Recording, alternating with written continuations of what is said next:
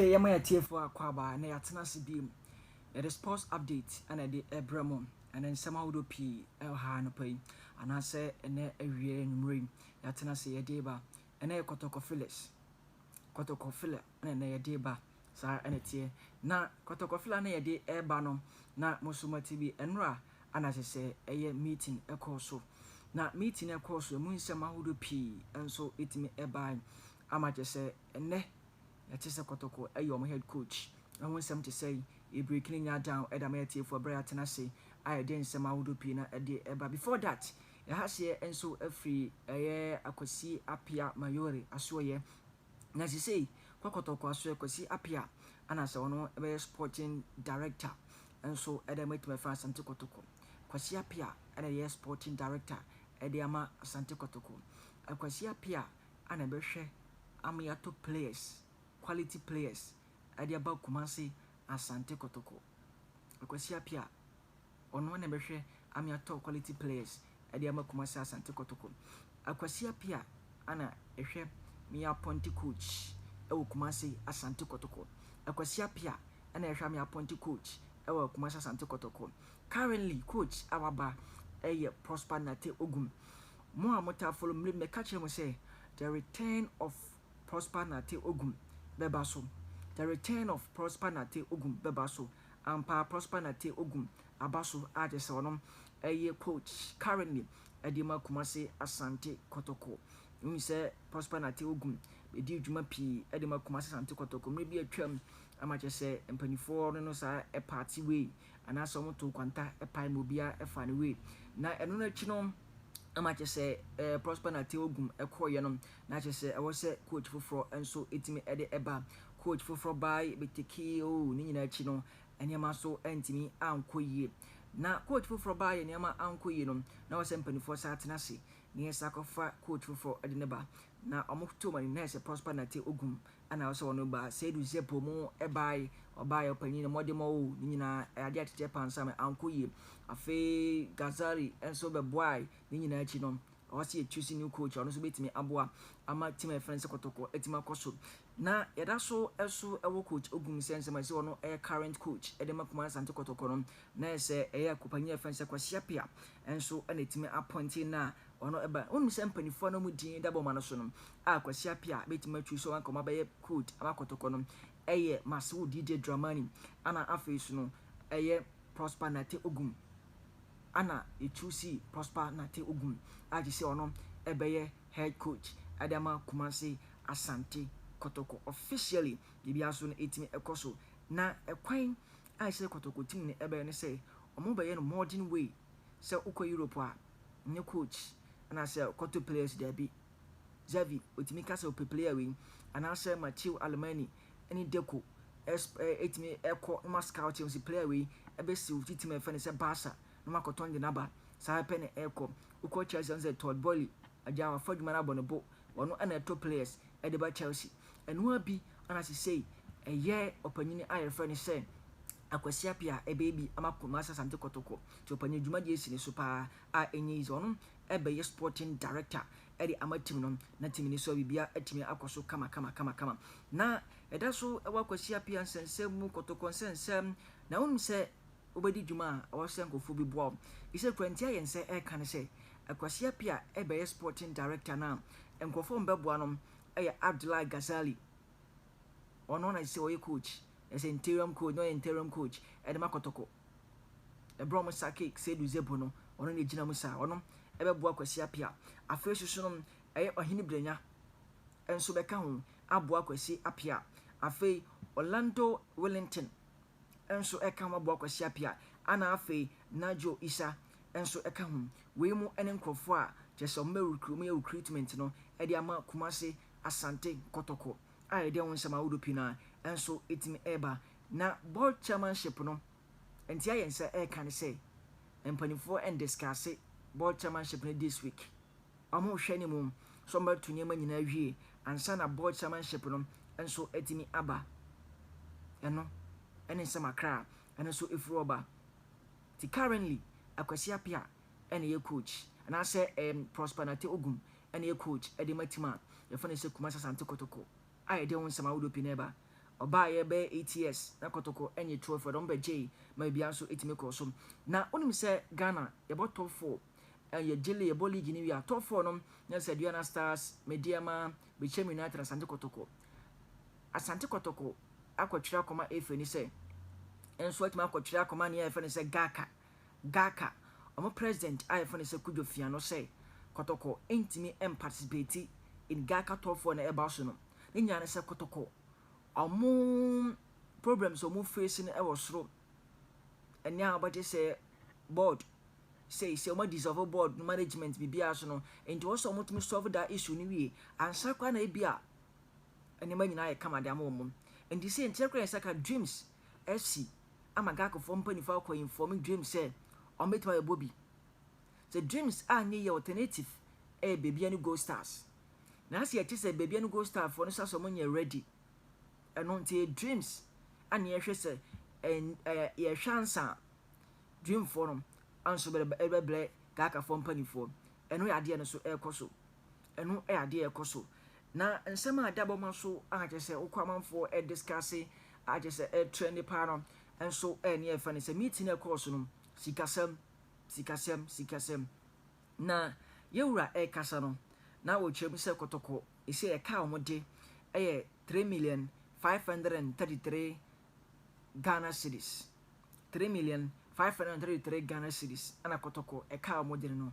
na sa aka na Kotoko di no na ese se yewo sika bi a wasi receive and so ye 9.7 million ana manfo bi say oh see the car 3,533 Ghana cedis ye receive 9.7 million dia Kotoko benya faso na enra bra ye wura ekasa no ana wakasa Kotoko de kano na before that na ne 1.7 moncha me kase ebro no judi mama Kotoko no oma amoka enti ebre ba abonten sei wura ekasa Kotoko de kano na manfo bi nti ase se Kotoko de ka na other way round manfo bi so ekase oh say be o receiver bi a and as amount we also receive which is 9.7 million Ghana cedis nyanke be tifri mu kra tifri 3,533 mu kra benya mfaso but one thing I was here studying say and I say notice and say so over accounting ma receive a asset and an asset can be profit or loss. And just I'm talking to you now, Kotoko edeka, omaboka. Asan say receive and I say receive now Kotoko ebenyano. Omunsa enyankai. Any ye per account na me change much you know. A asset. Asset bet me I a profit. Asset bet my loss. Say akoba say omo amedi Kotoko kana omo ntia a loss. Sakoba so mutia ana Kotoko ebenya that profit no. Enti yenka asset a Kotoko no ana say receive no enka say ye gina receive ni so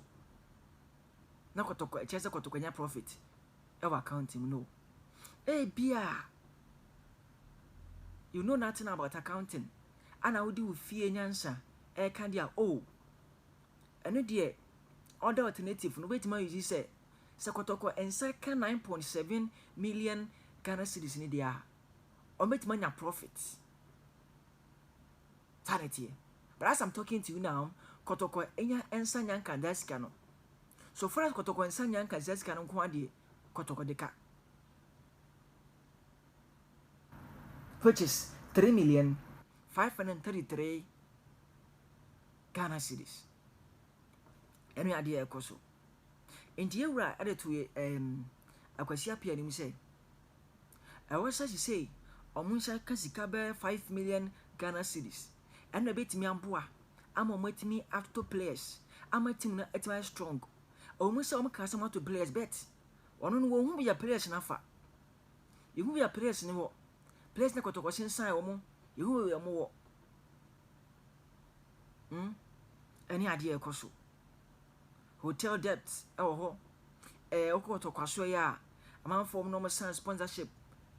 deal ni bia wu a wo say yewura so mo kom ho na afi yonom kokasa si deal na wu ombe renew a oma renew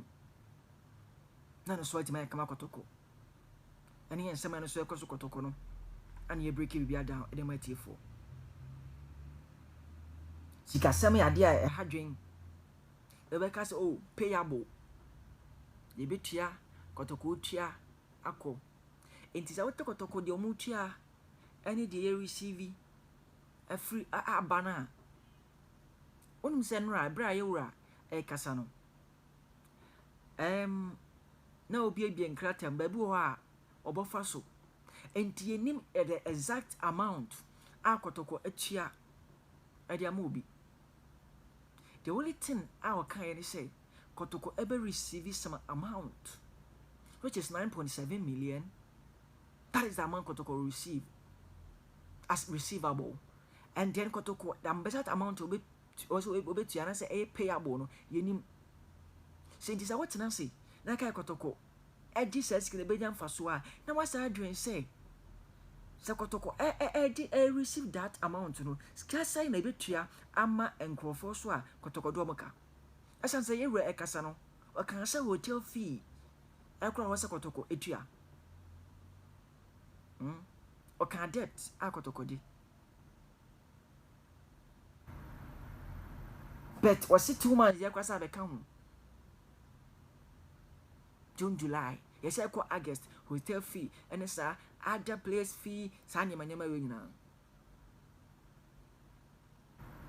nana manfo bi ebusa na ya bonsan say oba bontin be kan say Kotoko no wa moka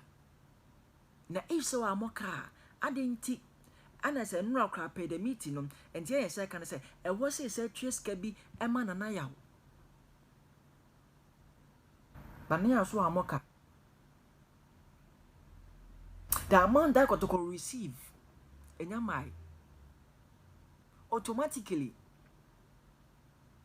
anasa genuine the kra no Kotoko deka esan say enya receive amount wo so mo nsa eka no so far as you receive amount no Kotoko deka any ade e Kotoko team no ti se ko Kotoko team no ma akwasi apia anase yeruade bibia ye hye ne nsa yeruade bibia ye hye ne nsa se wono betima boa ahwa Kotoko team no etima koso yewura kra ka say ade ba ko egu na nimu ase pa no Kotoko Asante Kotoko na egu na nimu ase tansa na Kotoko ayesi etia Kotoko ayesi management ko board ko ya de hadwe na Kotoko board management na eba no enje kwa yensa kan say ayede ema mo ne eni say Kotoko ebenya old players wo management ni board num old players unze Kotoko nya old players a medika kana me say si so ma na nya nwanwa Kotoko zansi ehu se omo na bitima boa ama team no I strong team no I kama sa first any Jan na so my Asante mo Steve no dro mo Kabiru mo rumbobo no ama na jina me ajana na so huni benyamo Samuel Seko form ama team na strong ena Kotoko company for pe anya dia